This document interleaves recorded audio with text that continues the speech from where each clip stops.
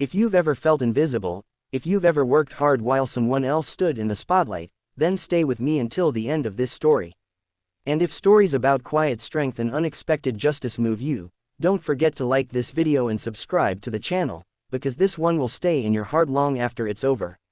"Nobody recognized me dressed like this," whispered the humble assistant at the gala, when her boss slowly turned around and froze. Her name was Elara Bennett, and for 7 years she had been the shadow behind one of the most celebrated women in the city, Vivienne Laurent, the CEO of Laurent Global, a luxury fashion empire that glittered across billboards, magazines, and red carpets. Elara was the assistant who arrived before sunrise and left long after the office lights dimmed. She answered calls, fixed schedules, rewrote speeches, soothed angry investors, and remembered every birthday, while Vivienne took bows beneath chandeliers. Elara wasn't bitter. She told herself she wasn't. She had grown up in a small apartment above her father's tailor shop, where she learned that real craftsmanship rarely wore diamonds. Her father used to say, "The strongest thread is the one you don't see holding the fabric together." She carried those words like a secret medal. But invisibility, even when chosen, has weight. At Laurent Global, Elara was the assistant. Never Elara. She wore neutral colors, tied her hair in a simple bun, and kept her voice soft. At meetings, when executives praised Vivienne's sharp presentations, no one knew Elara had stayed up until 3 a.m. designing the slides. When Vivienne received a humanitarian award for a charitable initiative, no one knew it was Elara who had spent weeks researching grassroots organizations and writing the proposal.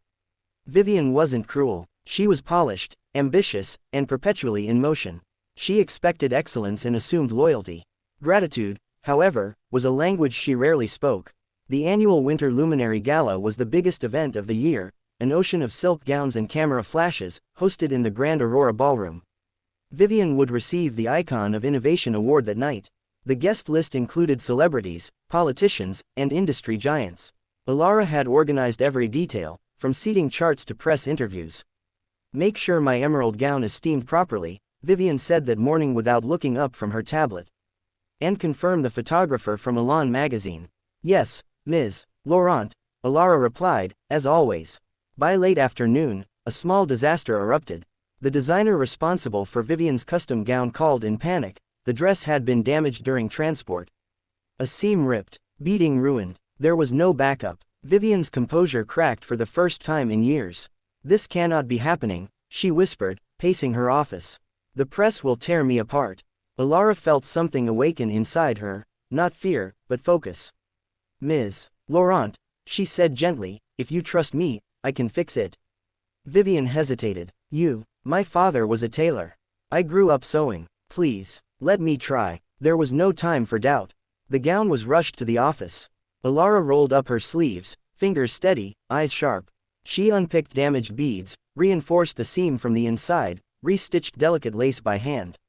For hours she worked, her breathing even, as if she were back in that small shop above the street, her father humming beside her. When she finished, the gown looked untouched, perhaps even more secure than before. Vivienne stared at it. "You did this." Elara simply nodded. For a fleeting moment, something like respect flickered across Vivienne's face. "You're full of surprises." But the moment passed. As the evening approached, Vivienne left for the gala early to prepare for interviews.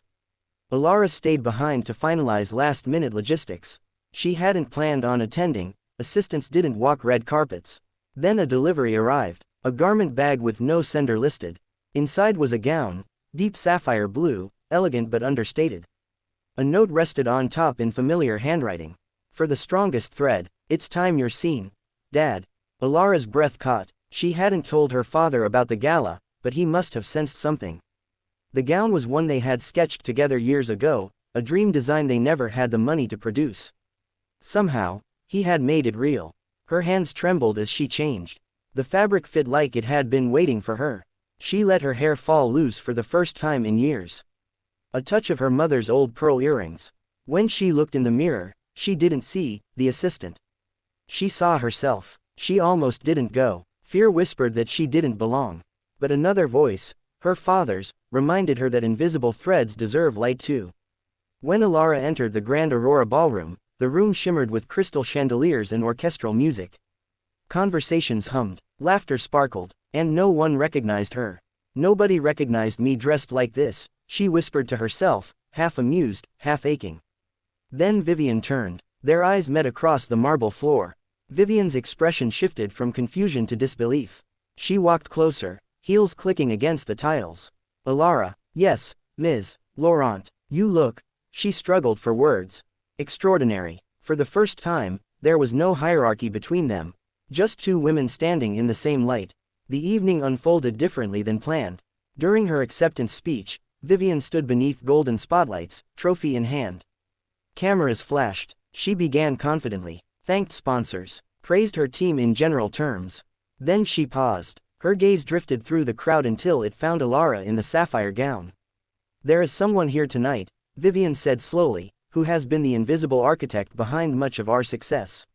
For years, she has worked tirelessly without applause. When my gown was nearly destroyed today, she saved it with her own hands. Murmurs rippled through the audience. Elara Bennett, Vivienne continued, her voice softer now, please join me on stage. The room seemed to hold its breath. Elara's heart pounded as she walked forward. Each step felt like shedding an old skin. She climbed the stairs, lights warming her face. Vivienne turned to the audience. Leadership is not standing alone at the top. It is recognizing the strength of those beside you. Tonight, I share this award with the woman who taught me that true innovation begins with humility. Applause rose, first polite, then thunderous.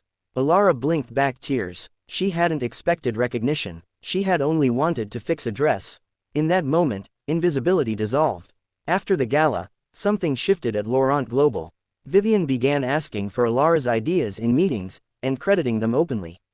She created a mentorship program within the company, ensuring assistants had pathways to leadership roles.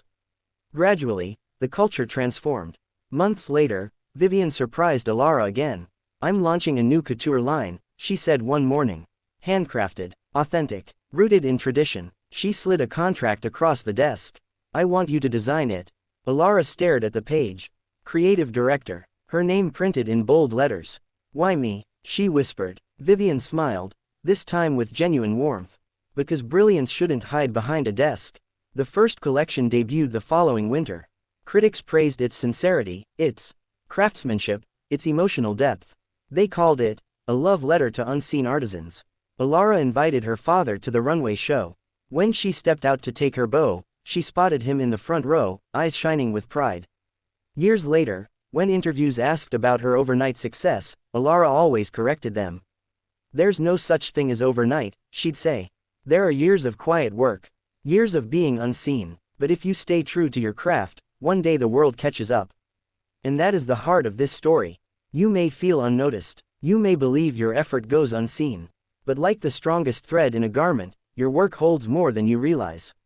Recognition may come in ways you never expect. It may even come from those who once overlooked you. So if this story touched you, if you've ever been the invisible thread, like this video and subscribe to the channel. Because your story matters too. And sometimes, the most powerful transformations begin with a whisper. Nobody recognized me dressed like this. Until they finally did.